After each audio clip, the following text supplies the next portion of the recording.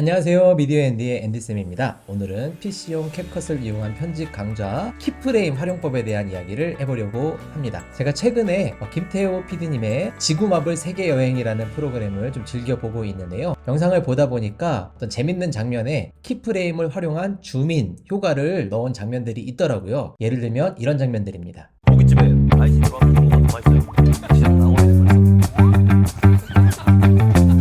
과일을 먹는 게 아니라 잡아먹는 거잖아, 네, 재밌죠? 물론 촬영을 하면서 카메라를 조작하여 줌인을 하면서 촬영할 수도 있지만 제가 볼 때 이 장면들은 그렇게 적용된 게 아니라 편집 단계에서 키프레임을 활용하여 줌인을 한 것과 같은 효과를 넣은 것으로 판단이 되는데요. 자, 그러면 저희도 그렇게 할 수가 있겠죠. 1인 크리에이터 같은 경우에는 셀프로 촬영하는 경우가 많은데 그럴 때 이 키프레임을 이용하여서 마치 카메라를 줌인 혹은 줌아웃하는 효과를 줄 수가 있습니다. 그러려면 키프레임에 대해서 알아야 하는데요. 이 키프레임은 매우 중요한 개념입니다. 그래서 좀 반복하여서 이 키프레임에 대한 이야기를 해보려고 하는데 우선 오늘은 그 첫 번째로 키프레임을 활용하여 줌인, 줌아웃 하는 것에 대해서만 이야기를 해보려고 합니다. 자, 그러면 실제로 예제를 가지고 한번 함께 연습해 보도록 하겠습니다. 예제는요, 제가 더보기에 링크 남겨놨으니까 다운받아 보시고 그 다음에 영상을 보시면서 실제로 한번 연습해 보시면 편집 실력이 느는데 큰 도움이 되리라 생각합니다. 미디어 창에 가지고 왔는데요. 지금 제가 드린 이 미디어 소스는 25프레임입니다. 25fps 값을 가지고 있어요. 아마 유럽에서 촬영돼서 그럴 텐데, 근데 지금 저는 기본 값에 이 캡컷의 프로젝트의 속성을 30fps로 해놓은 상태거든요. 수정하겠습니다. 수정해서 25fps로 바꿔주고 작업을 할게요. 자, 원본 소스가 25fps라서 이렇게 합니다. 자, 그러면 추가를 눌러주고요. 자, 이 영상을 한번 쭉 보겠습니다. 네, 영상을 보니까 아이가 소파에서 점프를 하고 그 모습을 보고 남편이라네. 네, 아빠가 깜짝 놀라기도 하면서 또 즐겁게 웃는 화목해 보이는 장면인데요. 저는 이 점프하는 요 순간들을 줌인 딱 되면 좋겠다는 생각이 듭니다. 그러면 어떻게 해야 될까요? 이 변화 값을 주는 이 첫 지점. 네, 저는 이 점프하는 요 지점으로 점점 줌인을 시작했으면 좋겠어요. 그러면 여기다가 재생 헤드를 두고 동영상으로 가서 여기에서 키프레임을 찍는 거예요. 그럼 키프레임은 어디에 있는가? 네, 여기 맨 오른쪽에 이 다이아몬드 모양이 있습니다. 네, 키프레임 추가라고 네, 이렇게 안내 설명구가 뜨죠. 자, 그런데 저희는 줌인을 하는 거잖아요. 그럼 이 영상에 어떤 값이 변화가 되는 거죠? 네, 크기 값이 변화가 되는 겁니다. 그래서 이 확대에 키프레임을 찍어줘요. 자, 그러면 어떤 변화가 생겼는가? 이 클립을 볼게요. 클립에 보니까 네, 여기 지금 제가 이 재생헤드를 위치한 이곳에 키프레임이 찍힌 것을 확인할 수가 있습니다. 자, 그리고 변화를 어디까지 줄 건가? 마무리되는 지점, 변화가 마무리되는 지점을 또 정해야 됩니다. 저는 여기까지 확대를 했으면 좋겠다는 생각이 듭니다. 그럼 여기다가 재생헤드를 두고 역시나 세부 속성 창에 가서 확대 키프레임을 찍어줍니다. 그리고 줌인 되는 효과니까 점점 영상이 커져야 되잖아요. 그래서 이 크기를 키워주는 거예요. 어디에서? 여기 지점. 변화를 주는 마무리 지점에서 크기 값을 변화를 줍니다. 크기 값의 변화를 주는 방법은 이 플레이어 창에서 이 모서리 꼭지점을 붙잡고 이렇게 당겨주면 됩니다. 그리고 이 방법 외에도 세부 속성 창에서 이 숫자를 직접 입력하거나 그 옆에 화살표를 이용하거나 아니면 여기 조정바를 활용하실 수도 있습니다. 저는 이 정도 한 135 정도로 줄게요. 자, 그렇게 하면은 네, 처음 키프레임 찍어줬던 이 자리는 100이고요. 마무리 찍어줬던 이 자리는 135가 됐어요. 그러니까 여기서부터 여기까지 점진적으로 이렇게 다시 한번 볼까요?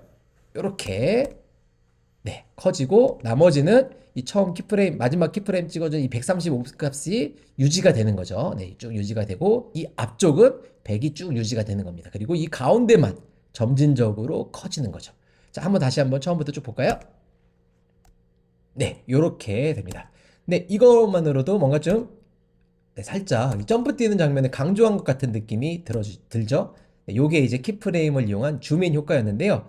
여기서 팁을 한 가지 드리면 이 키프레임을 찍어준 요 지점을 속도를 조금 더 빨리 해주는 거예요. 다시 말하면 이걸 잘라주겠죠? 네, 컨트롤 B로. 네, 저는 맥 환경이라서 커맨드라고 뜨는데 여러분 다 컨트롤이라고 생각하시면 됩니다. 다시 여기서 컨트롤 B 잘라주고요. 요 가운데 클립에 속도를 변화를 주는 거예요. 자, 저는 한 1.4 정도로 변화가를 한번 주면 요렇게 됩니다. 네, 조금 더 속도감이 있었죠. 처음 했던 대로라면 네, 요렇게 되는데 속도를 변화를 주면 네, 요런 식의 영상이 됩니다. 자, 이게 키프레임을 이용해서 줌인 하는 효과였는데요. 줌아웃 하는 것도 똑같습니다. 실예를 들어서 같이 한번 해보겠습니다. 저는 이번에 타임랩스 영상을 하나 가져왔어요. 네, 거리를 찍은 타임랩스 영상인데 네, 타임랩스 영상이다 보니까 이것만으로도 좀 영상이 재밌죠? 볼만하죠? 그런데 6초짜리 영상인데 6초는 좀 너무 긴 것 같으니까 이거 아예 속도를 이렇게 2배로 빨리 해놓고 작업을 하겠습니다. 자, 줌아웃이니까 처음 변화를 시작하려고 하는 이 시점에 가서 확대값에 키프레임을 찍어주고 일단 동영상을 키워야 되겠죠? 네, 130으로 키워봅니다. 그리고 변화가 끝나는 마지막 지점으로 가서 키프레임을 찍고 여기서 100으로 바꿔주는 거죠. 그러면 130 크기에서 100까지 점진적으로 이렇게 작아지는 영상이 됩니다. 한번 재생해 볼게요. 네, 괜찮죠? 네, 그런데 여기에 팁을 한 가지 더 드리면 이런 타임레스 영상에서는 살짝 회전값을 주면 조금 더 다이나믹하게 보입니다. 자, 여기 처음 키프레임 찍었을 때 저희는 확대값에다만 키프레임을 찍었잖아요. 근데 이 회전값에다도 키프레임을 찍어주는 거죠. 그리고 살짝 영상을 기울여주는 거예요. 이렇게 기울여줍니다. 그리고 맨 끝에 가서 역시나 회전값에 키프레임을 찍고 기울기를 정상으로 0으로 돌려주는 거죠. 그러면 어떻게 되는가 한번 보실까요? 네, 요런 느낌의 영상이 됩니다. 자, 그런데 이런 식으로 타임랩스에서 이렇게 살짝 회전을 주면서 줌아웃 되는 이런 영상을 찍을 때 회전값을 줄 때 조심해야 될 거는 회전값은 확대됐을 때 기울기를 변화를 주는 게 좋아요. 무슨 얘기냐면 여기서 0을 하고 맨 뒤에 정상 크기가 되었을 때 만약에 3을 주면 이런 식으로 느낌은 비슷할 수 있는데요. 살짝 느낌은 비슷할 수 있는데 지금 여기에서 모서리가 정상 크기 100을 돌려버렸을 때 여기 모서리에 이렇게 여백이 보이게 됩니다. 그래서 기울기, 회전값의 변화를 줄 때는 확대했을 때 기울기를 주고 정상 크기로 돌아왔을 때 0으로 해주는 것이 좋습니다. 그래서 여기서 다시 회전값을 변화를 크게 주기 위해서 5 정도로 줄까요? 네, 5 정도로 주고 하면 이런 느낌의 영상을 만들 수가 있습니다.